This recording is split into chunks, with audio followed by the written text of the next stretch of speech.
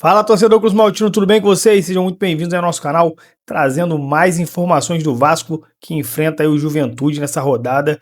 Confronto aí muito importante, visando a sequência, né? Que o Vasco vem passando aí, perdeu 2 jogos, tava vindo bem, tava vindo uma boa sequência de vitórias, acabou derrapando ali, dando mole nessas 2 últimas partidas. Então tem tudo aí para voltar, né, a encontrar o caminho das vitórias contra o fraco Juventude, né? Juventude tá ali brigando na zona de rebaixamento.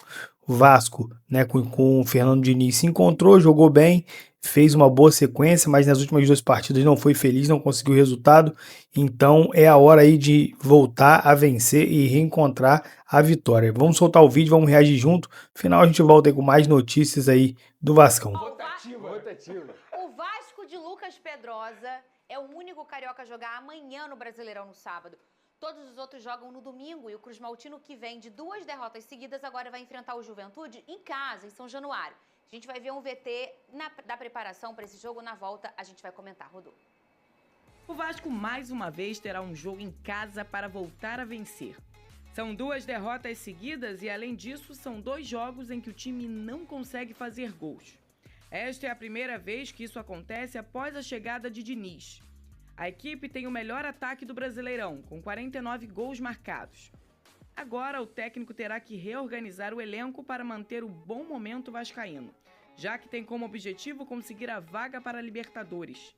O Gigante da Colina irá reencontrar o Juventude, que luta para sair da zona de rebaixamento, e que o time não tem um bom retrospecto, já que o Vasco não vence o Juventude desde 2009, na partida que marcou o retorno à Série A. No primeiro turno, a equipe do Sul levou a melhor, vencendo por 2-0. Para esse duelo, Diniz vai contar com o retorno de Paulo Henrique e Nuno Moreira. No meio-campo, Hugo Moura, Barros e Tietê disputam as vagas. Vasco e Juventude se enfrentam em São Januário às 18 horas. Faltando pouco para terminar o Brasileirão, qualquer deslize afasta o time de voltar à Libertadores depois de 9 anos. Vamos relembrar quem vai voltar para a alegria de Lucas Pedrosa. Nuno Moreira e Paulo Henrique. Ótimo. Meio time, hein? Não? Errei?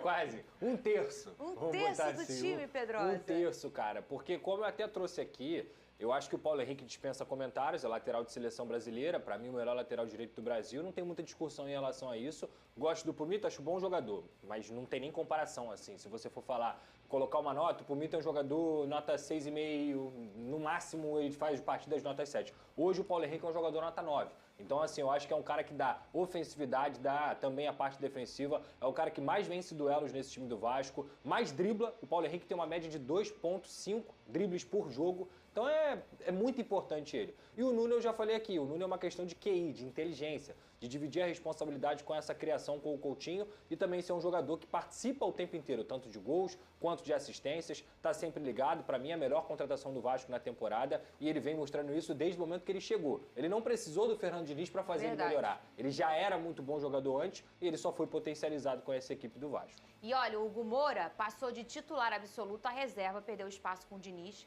que tem preferido usar o Tietê. Segundo o GE, a prioridade para o Vasco em 2026 é contratar um volante.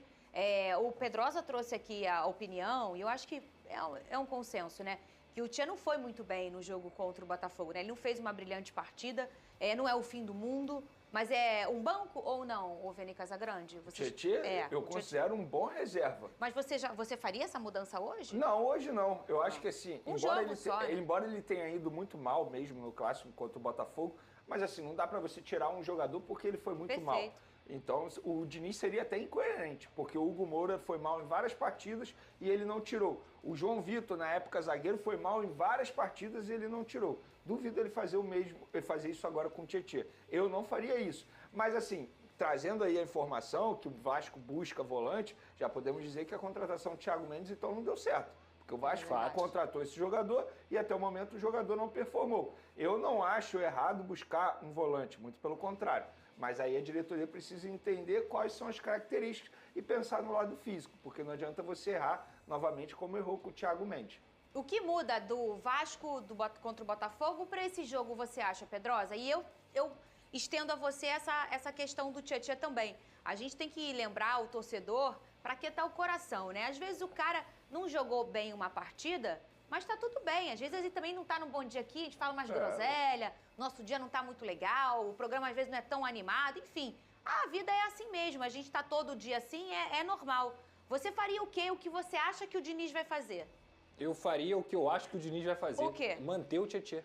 Porque não dá pra gente ficar analisando o que é um coletivo forte, que vinha muito bem anteriormente, por causa de 1, 2 jogos. Eu acho que o futebol ele é muito ingrato muitas vezes. Então, para pensar que o Vasco vai enfrentar o Juventude de Thiago Carpini, que está lutando contra o rebaixamento e que, obviamente, vai querer montar um sistema defensivo muito forte. É melhor você ter um jogador construtor no meio ou é melhor você ter um jogador destruidor? É melhor você ter um jogador construtor porque o Vasco vai ficar com a bola. Então eu prefiro continuar com o Tietê para essa partida pelo menos. Talvez para outros momentos você coloque o Hugo Moura e o Barros porque ele vai te dar mais combatividade, vai te dar mais consistência nesse meio e você perde também uma possibilidade do Coutinho, do Nuno, do Ryan, ou seja lá quem for jogar lá na frente, de ficar marcando também com muita veemência. Sistema defensivo todos marcam. Mas quando tem Hugo e Barros, eles dão mais suporte para o Coutinho, para os outros jogadores poderem jogar. Nessa partida de sábado, eu não tiraria o Tietê, eu colocaria o Tietê, deixaria o Tietê, porque eu acho que ele ainda pode voltar a ser o bom jogador que todo mundo sabe que ele é.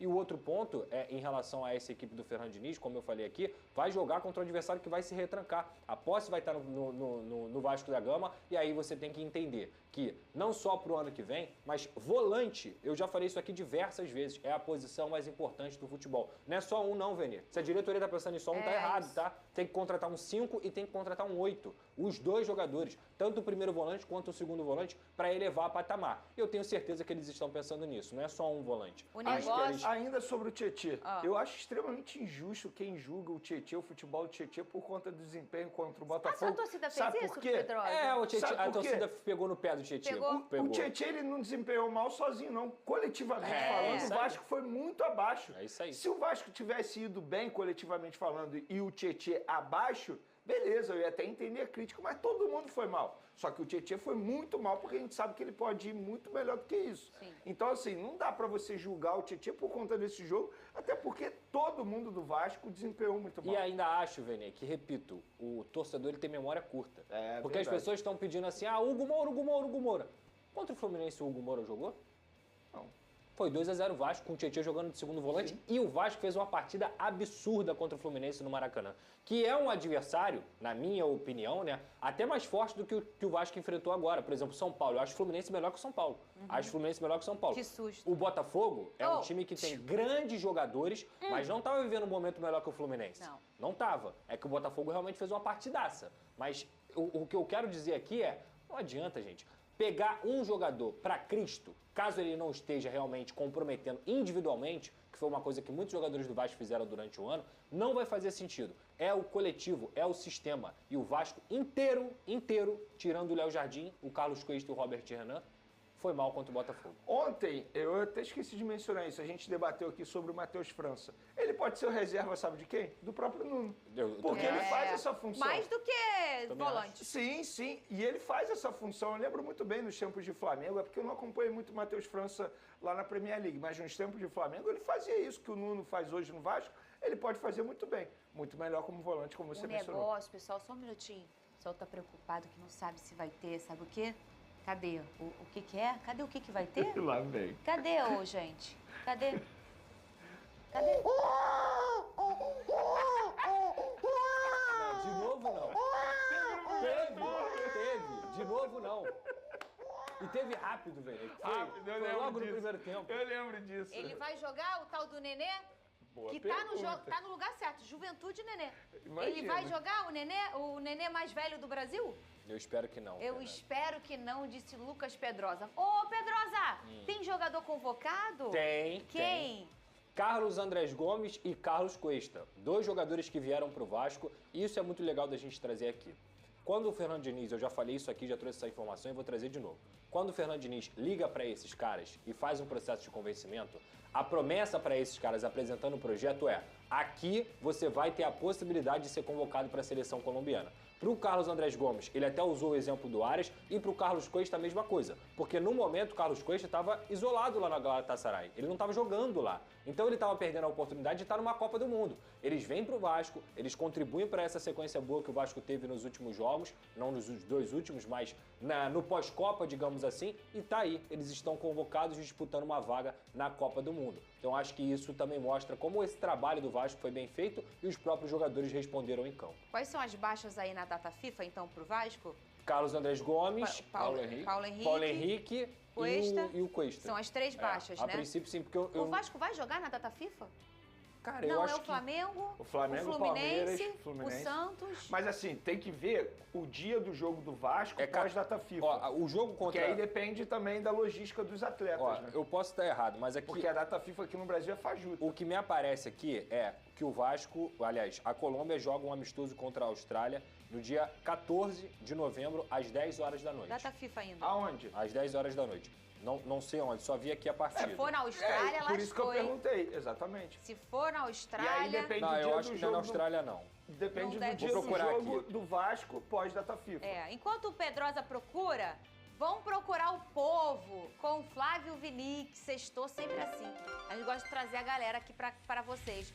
Flávio Vinick, boa tarde pra você. Tá onde, meu amigo? Torcedor vascaíno, então tá aí. Esse foi o vídeo que a gente separou pra reagir junto, né? Vídeo muito bacana, espero que vocês tenham gostado.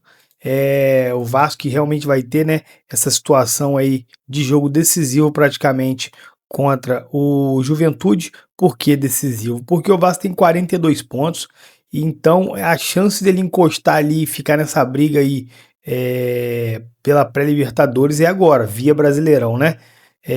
Porque se ele por acaso ali perde, empata e o São Paulo faz pontuação ali, Fluminense também, praticamente é o último jogo que ele vai ter chance de continuar brigando. Então ou ele vence esse jogo ou realmente vai ficar difícil via Brasileirão, né? Mesmo depois virando G8, talvez ele ainda fique de fora por conta do São Paulo, que já tem 45 pontos, né? Tem um jogo difícil pela frente. Vasco é contra o Juventude São Januário, então tem que vencer essa partida. Já o São Paulo, né, que não tá comandando seus jogos mais em casa, vai jogar ali na Vila Belmiro contra o Bragantino, que é um time muito mais duro, né, e é na Vila Belmiro, não é em casa. Então é um momento aí do Vasco vencer, torcer pelo tropeço do São Paulo, tirar a vantagem ali e nas próximas rodadas tá dentro daquele bolo ali, né, rapaziada? Então é isso, o vídeo foi esse, espero que vocês tenham curtido, já que ficaram até o final. Dê o like, se inscreva no canal e até um próximo vídeo, valeu!